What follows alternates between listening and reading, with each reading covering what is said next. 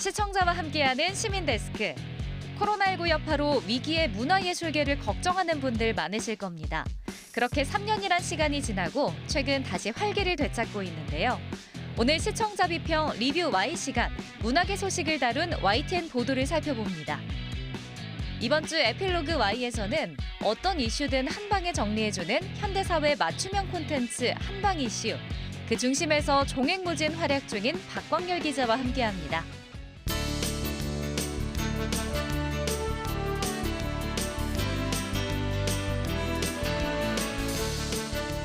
시청자 여러분 안녕하십니까? 김영수입니다. 매서운 한파가 몰아친 명절 연휴 동안 해외여행 관광객 수가 크게 늘었다고 합니다. 코로나19 방역 완화로 미뤄왔던 여행이 설 연휴를 기점으로 활발해진 겁니다. 해외여행객 증가로 관련 이슈도 늘었다고 합니다. 나라마다 유념해야 할 정보들 떠나기 전에 미리 확인해 주시기 바랍니다. YTN 월드에서 준비한 해외 안전여행 정보를 보신다면 크게 도움이 되실 겁니다. 필수 주의사항들 해외 안전여행 정보로 미리 점검하시기 바랍니다. 또 감염 예방까지 만전을 기하면 더 좋겠죠. YTN과 함께 해외여행 준비에 착오 없으시길 바랍니다. 이번 주 시민데스크는 시청자 비평 리뷰 Y로 시작하겠습니다.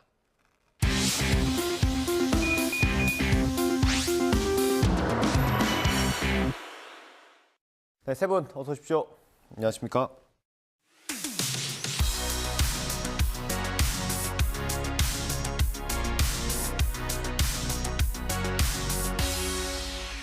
네, 시청자 비평 리뷰 Y 시작하겠습니다. 먼저 이혜수 시청자 평가원께서 꼽아주신 오늘의 주제부터 들어보겠습니다.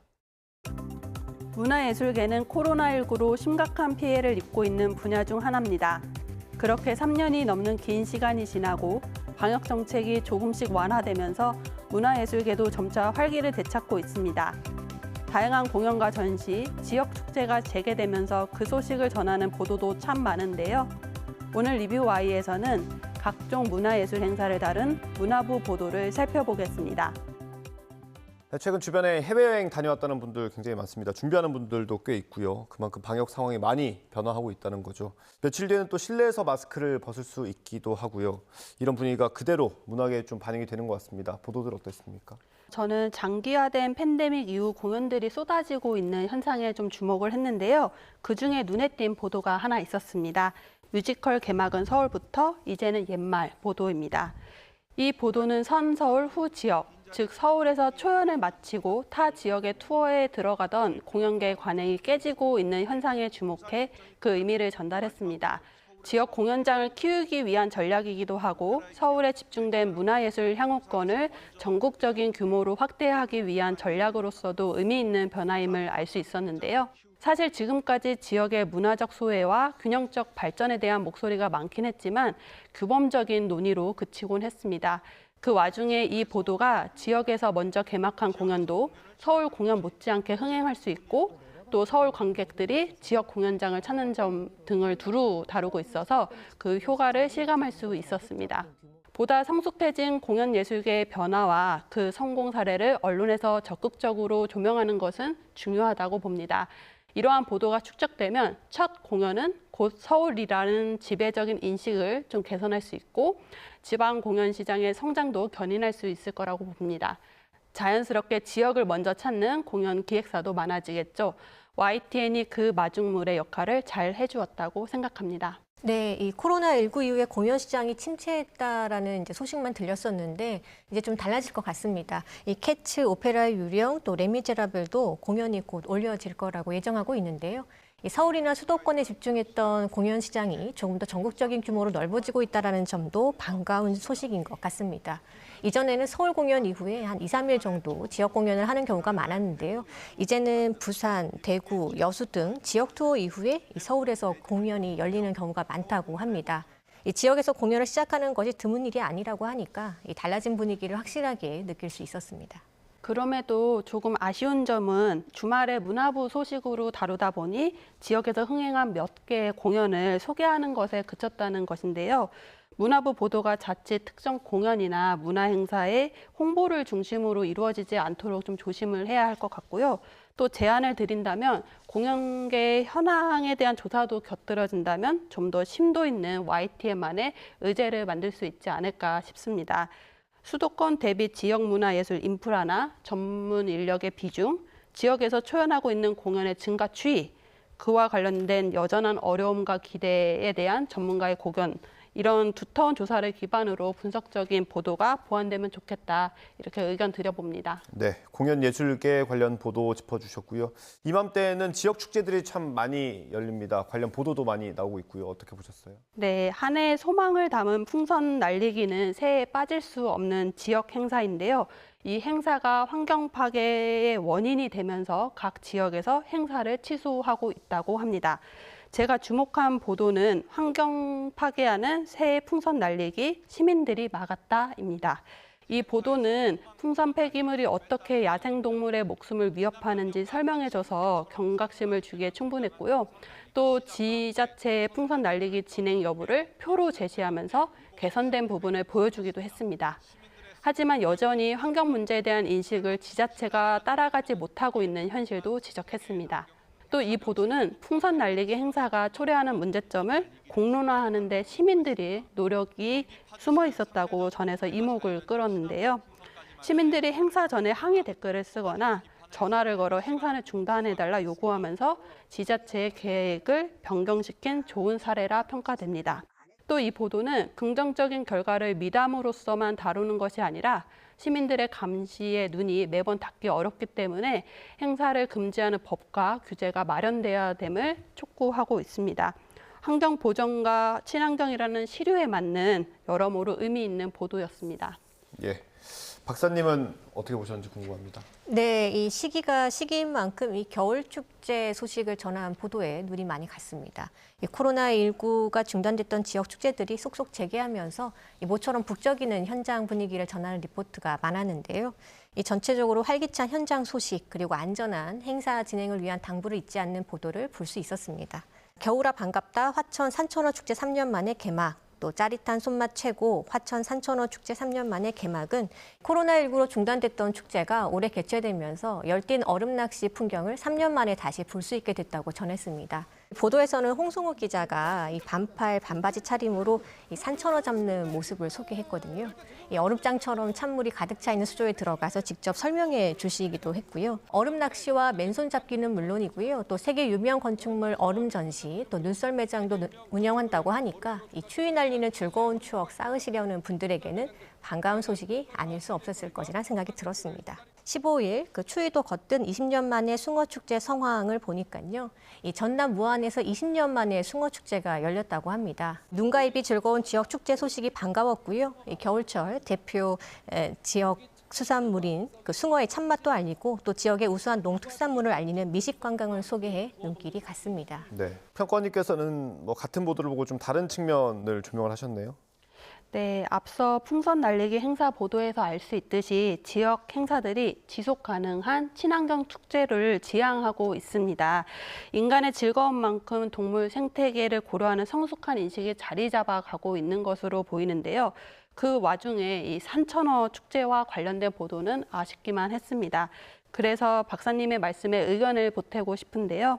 우선 말씀해 주신 겨울아 반갑다 화천 산천어 축제 3년 만에 개막 보도를 보면 저는 여름 옷을 입고 이 추운 물에서 벌벌 떠는 기자의 모습도 안타까웠지만 기자가 꽉 움켜쥐고 있는 산천어에도 눈길이 갔습니다.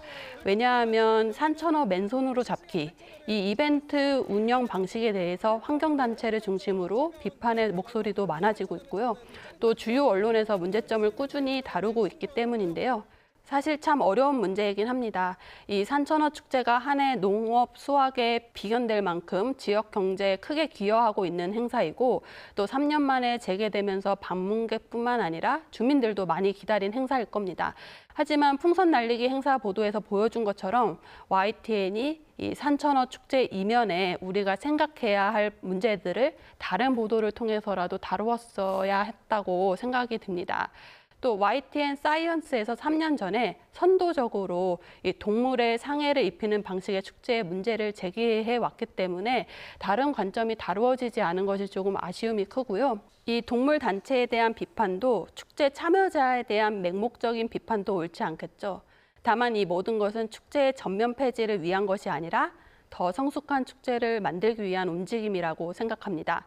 여러 가지 사안이 얽혀있기 때문에 사회적 합의를 끌어내기가 아직은 과도기인 시점인데요. 이때 YTN이 여러 입장을 시청자들이 고민할 수 있도록 균형적으로 다루어줬으면 합니다. 예, 그런 행사가 있을 때마다 사실 이런 논란들이 있긴 합니다.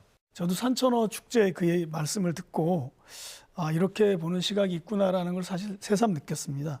그런데 이제 기본적으로는 산천어 축제하면 지역 경제 활성화, 그리고 이제 도시인들이 이제 겨울철에 움츠러들기 쉬운데 도시인들에게도 활력을 주는 긍정적인 측면에서 많이 생각했죠. 그리고 사실 아직도 이 기능이 저는 더 중요하지 않을까 이렇게 생각을 합니다. 그런데도 불구하고 이제 이 동물 보호라는 시선, 이것도 사실은 너무 지나치면 이제 불편감을 느끼기 때문에 저희도 유의를 하는 게 맞을 것 같고요.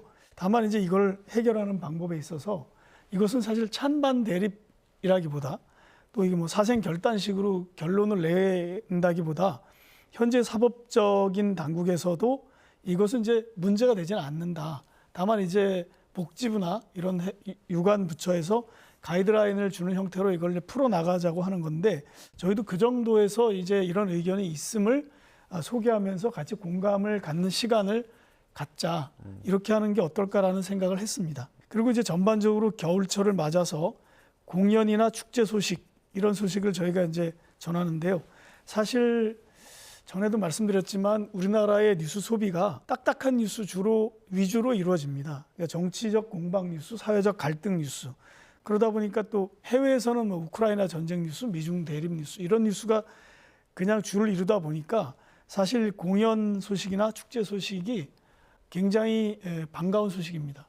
그리고 이제 보도라는 게 그런 어떤 딱딱한 문제도 해결하지만 사실 많은 사람에게 이렇게 좀 따뜻함도 주고 위안도 주고 그러는 역할도 저는 중요하다고 보거든요.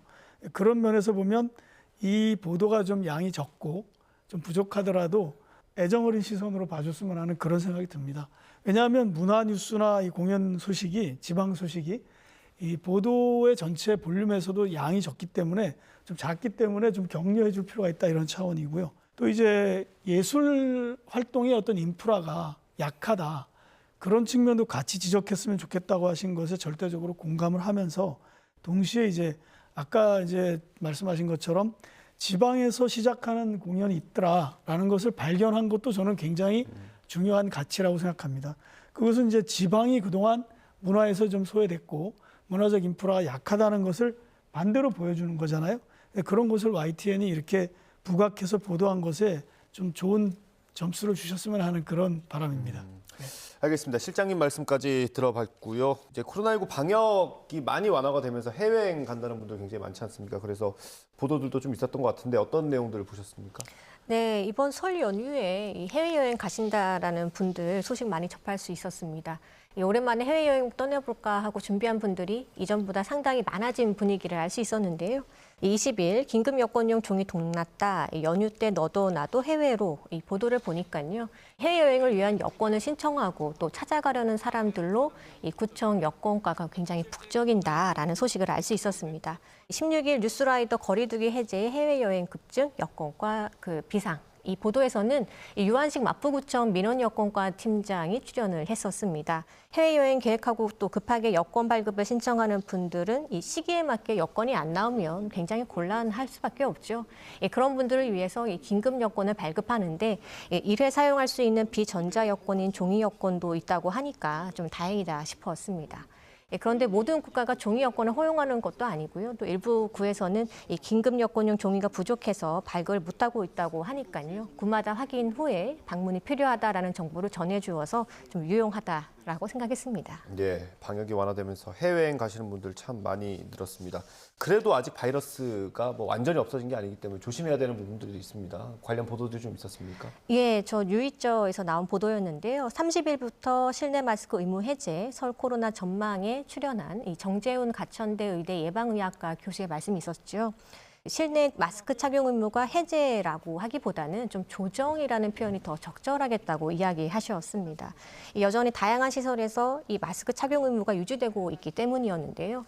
대담을 이어간 앵커께서 전면 해제는 아닌 것이고 여전히 이제 대중교통이나 일부 공간에서는 마스크를 착용해야 할 것이라는 점을 잘 짚어주시더라고요. 앞으로도 좀 새로운 변이가 계속해서 등장할 가능성은 있지만 우리 사회가 대응할 수 있는 역량이 훨씬 더 좋아진 상황이라는 점을 알 수 있게 해준 보도였던 것 같습니다. 그렇긴 해도 이제 중국에서 발생할 가능성이 있는 이 새로운 변이에 대한 우려는 좀 남아 있는 것 같습니다. 중국에서 몇 번의 유행이 반복될 것이라는 전망이 있다는 것이었는데요. 또 반대로 이 중국에서도 한국의 이러한 우려만큼이나 이 차별적 입국 제한이 있을 것에 대한 소문이 확산되는 양상을 알 수 있게 해준 보도가 있었습니다. 한 가면 노란 딱지, 암실 격리, 또 소문의 중 부글부글 이 보도를 보니까요. 한국에 입국하는 중국인들에게 이 노란색 목줄을 채운다거나 또 어두컴컴한 방에 이제 비싼 격리 비용을 내야 할지 모른다라는 소문이 돈다고 하더라고요.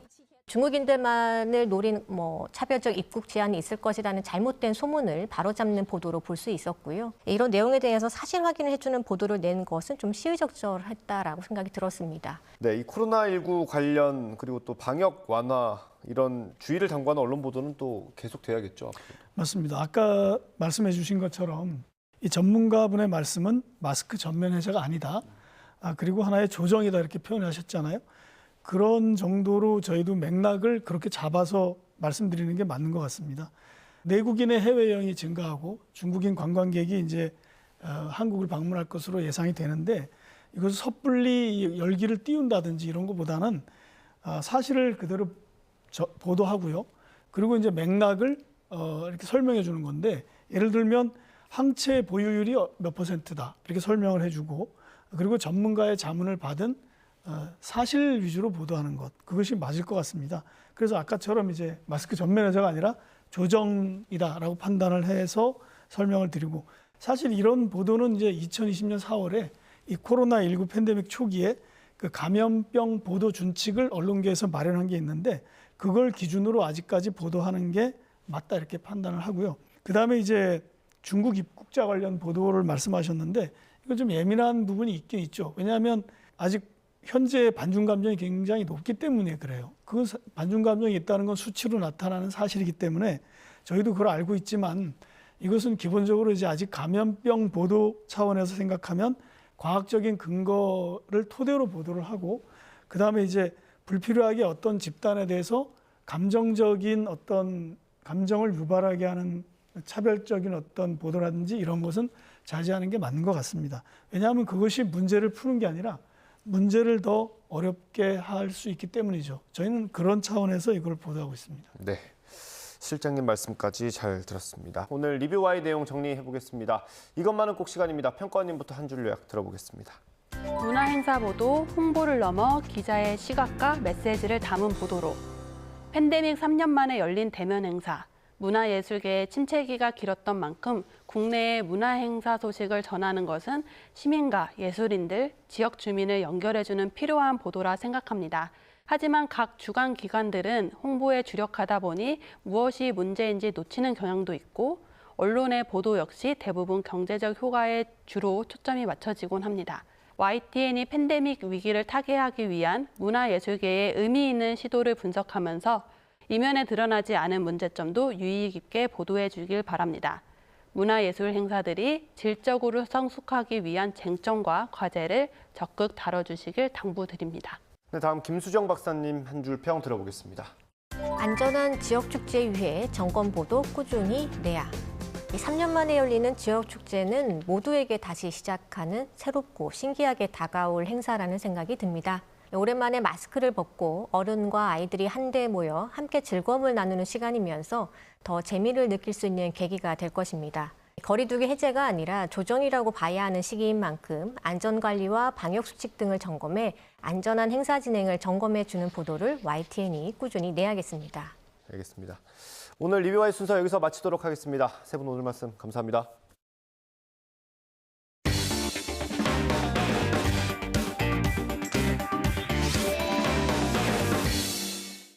YTN 방송 제작 뒷얘기를 들어보는 에필로그 Y 시간입니다. 오늘은 긴 시간 들이지 않고 방대한 이슈를 쉽고 재밌게 풀어주는 YTN 회심의 콘텐츠를 하나 소개해드립니다. 에필로그와의 단골 손님이죠. 박광렬 기자 손에서 만들어지는 한방 이슈입니다. 웃지 못할 제작 과정부터 하나하나 얘기 들어봅니다. 지금 바로 만나보시죠. 뜨거운 이슈, 그 내막이 궁금하지만 일일이 찾아보기는 귀찮지 않으신가요?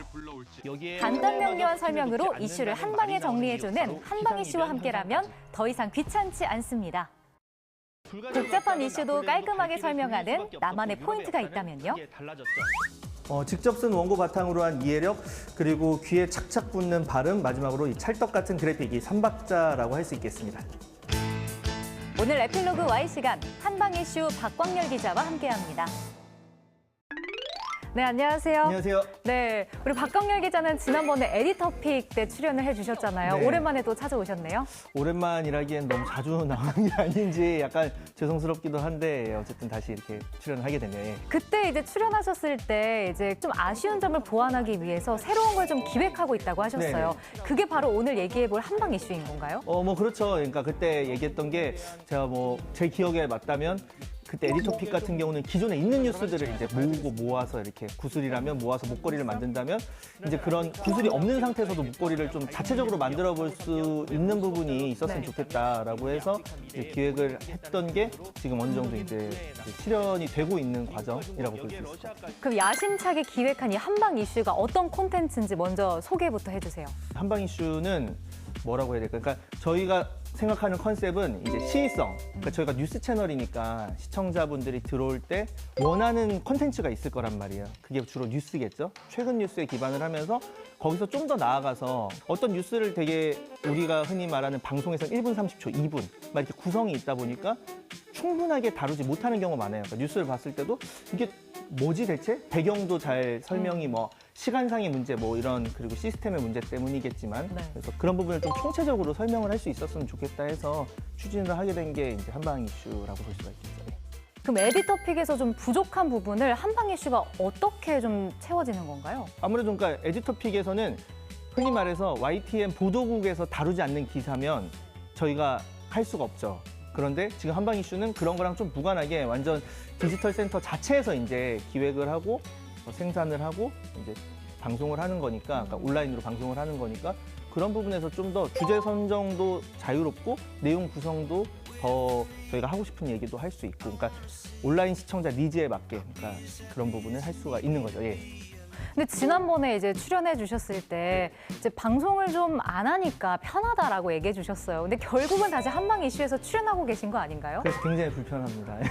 너무 불편해요. 네. 확실히 그러니까 직접 출연을 하는 게 출연에 대한 부담감보다 원고 작성이나 그리고 발제, 기획 이런 것부터 그러니까 0에서 100을 만들어낸다는 게 뭐 쉬운 일은 아니니까 예, 그런 부분에서 이제 많이 고민도 많아지고 고민이 많아진다는 건 스트레스도 많아진다는 네. 거니까 예, 그렇게 되고 있습니다. 그래도 확실히 출연을 하면 좀 효과가 더 있는 편인가요? 아무래도 그렇죠. 그러니까 이게 기술적인 측면이 있고 또 다른 이제 시청자분들이 받아들이는 측면이 있는데 기술적인 측면에서는 누군가 출연을 한다. 네. 그러면 그림이 없을 때 그 사람을 쓰면 되잖아요. 어떤 설명할 만한 마땅한 그림이 없을 때 그런 기술적인 부분이고 이제 시청하시는 분 입장에서도 목소리만 나오고 이제 자료 화면으로 덮고 이러는 것보다 뭐 플러스 되는 부분이 있다고 생각을 합니다. 예. 그럼 한방 이슈 만드실 때 원고 작성부터 뭐 편집까지 다 해주시는 건가요? 편집은 이제 편집을 하는 친구가 있는데 이게 그러니까 뭐 영화 제작도 전 비슷할 것 같아요. 그러니까 영화 시나리오를 쓸 때 그런 그림이나 상황이나 이런 부분을 상상을 안 하고 쓰면 이상해지겠죠. 그래서 보통 기획 단계부터 편집자랑 많이 이야기를 하는 편이에요. 그래서 네. 어떤 식으로 시청자분들한테 어떤 얘기를 이렇게 전달을 할 때 영상과 잘 맞게 설명을 할 수 있을 것인가 이런 부분. 예. 자체 제작 콘텐츠는 무에서 유를 만들어내는 거기 때문에 더 힘드실 것 같은데 어려운 점은 없으세요? 저희는 이제 뉴스 채널이고 좀 사람들이 24시간 뉴스 채널, 뭐 보도 채널 이런 생각을 하니까 빠르다. YTN 하면 그런 게 있고 또 유튜브 시장이 좀 흔히 말하는 좀 진한 뉴스를 가지고 하면 그만큼 반향이 없는 경우가 많아요. 네. 그러면 이게 빠르면서도 정확하면서도 내용도 유튜브 문법에 맞게 재밌게 해야 되고 속도감도 있어야 되면서 그래픽도 나름 이렇게 임팩트가 있어야 되고 이런 부분을 다 이제 만족을 시키지 못하겠지만 시키려고 하다 보면 저희가 한번 이제 다 하고 나면 진이 빠져서 진짜 저희끼리 막 해요. 이거 건강 수명이 3년 단축됐다 이러면서 막 농담도 하는데 그만큼 뭐 어려운 부분 많죠. 예. 근데 사실 참 우리가 살면서 정말 많은 이슈들이 일어나고 있잖아요. 그럼 그 이슈를 선정하는 기준은 뭔가요?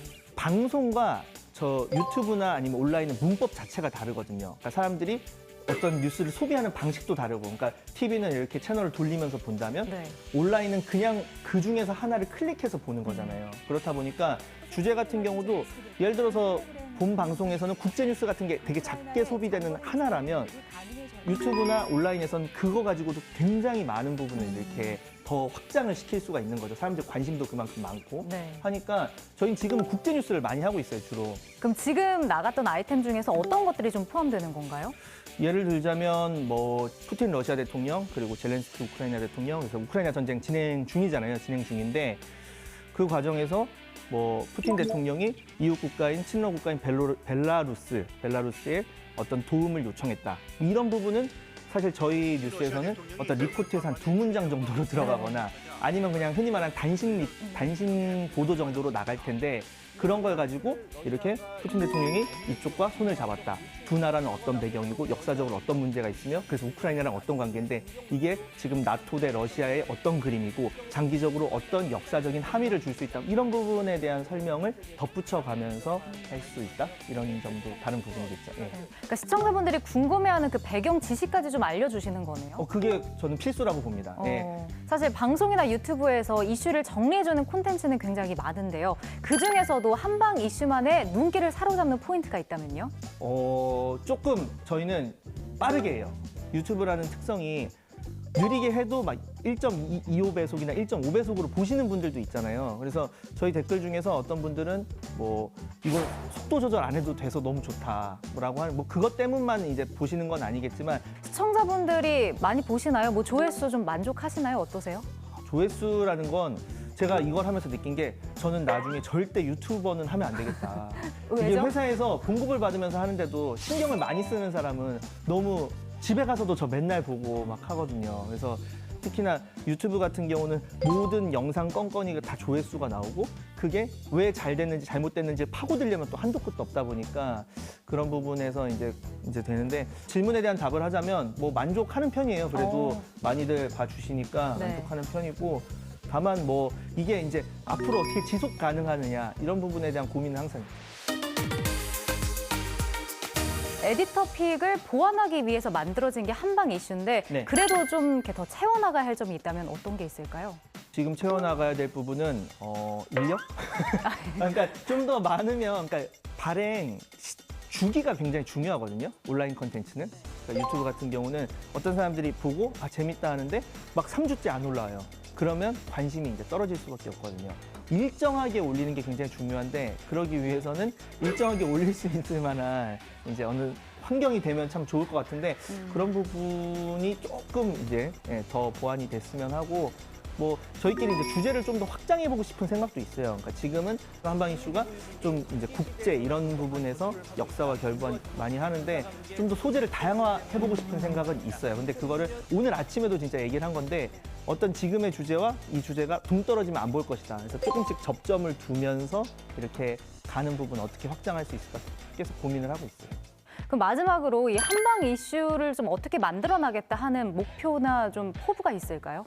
이제 이게 좀 물꼬를 터서 그러니까 기존에 어떻게 보면 온라인에서 이제 뉴스라는 게 그냥 TV에 나온 뉴스를 그대로 온라인으로만 옮겨서 나가는 거였다면 저는 그것보다 더 나가야 된다고 생각하거든요. 그러니까 TV를 보는 사람들의 어떤 기대를 하는 부분과 온라인에서 이제 뉴스에 대해서 기대하는 부분이 다르고 시청층의 스타일도 다르고 시청하는 태도도 다를 거고 네. 뭐 누워서 본다거나 앉아서 본다거나 집중하는 정도도 다를 거기 때문에 디지털 오리지널 콘텐츠 이런 게 좀 더 많아졌으면 해요. 그게 YTN의 어떤 정체성을 해치지 않으면서 충분히 뉴스랑도 결부해서 그런 걸 더 많이 재밌게 만들 수가 있거든요. 그러니까 그런 부분에서 좀 한방 이슈가 물꼬를 트는 그런 기폭제 역할 했으면 좋겠다는 생각이 있습니다. 네, 박광률 기자가 얘기해 주신 것처럼 YTN 내에서도 이 한방 이슈가 디지털 콘텐츠로 좀 앞장서 나가길 저도 응원하고 있겠습니다. 오늘 함께해 주셔서 고맙습니다. 네, 고맙습니다. 언론은 부동산 가격의 폭등의 원인과 하락의 원인을 비교 분석하여서 냉철한 보도를 하여야 한다고 생각하고요. 이러한 악순환이 재발되지 않는 올바른 정책이 무엇인지 대안을 제시하는 책임 있는 언론이 되어야 한다고 생각합니다. 네, 시민데스크는 시청자 목소리로 YTN을 더 깊이 되돌아봅니다. 방송에 대한 여러 의견들 SNS와 홈페이지, 전화로 남겨주시고요. 저희는 다음 주 다양한 시청자 의견으로 돌아오겠습니다. 시청해주신 여러분 고맙습니다.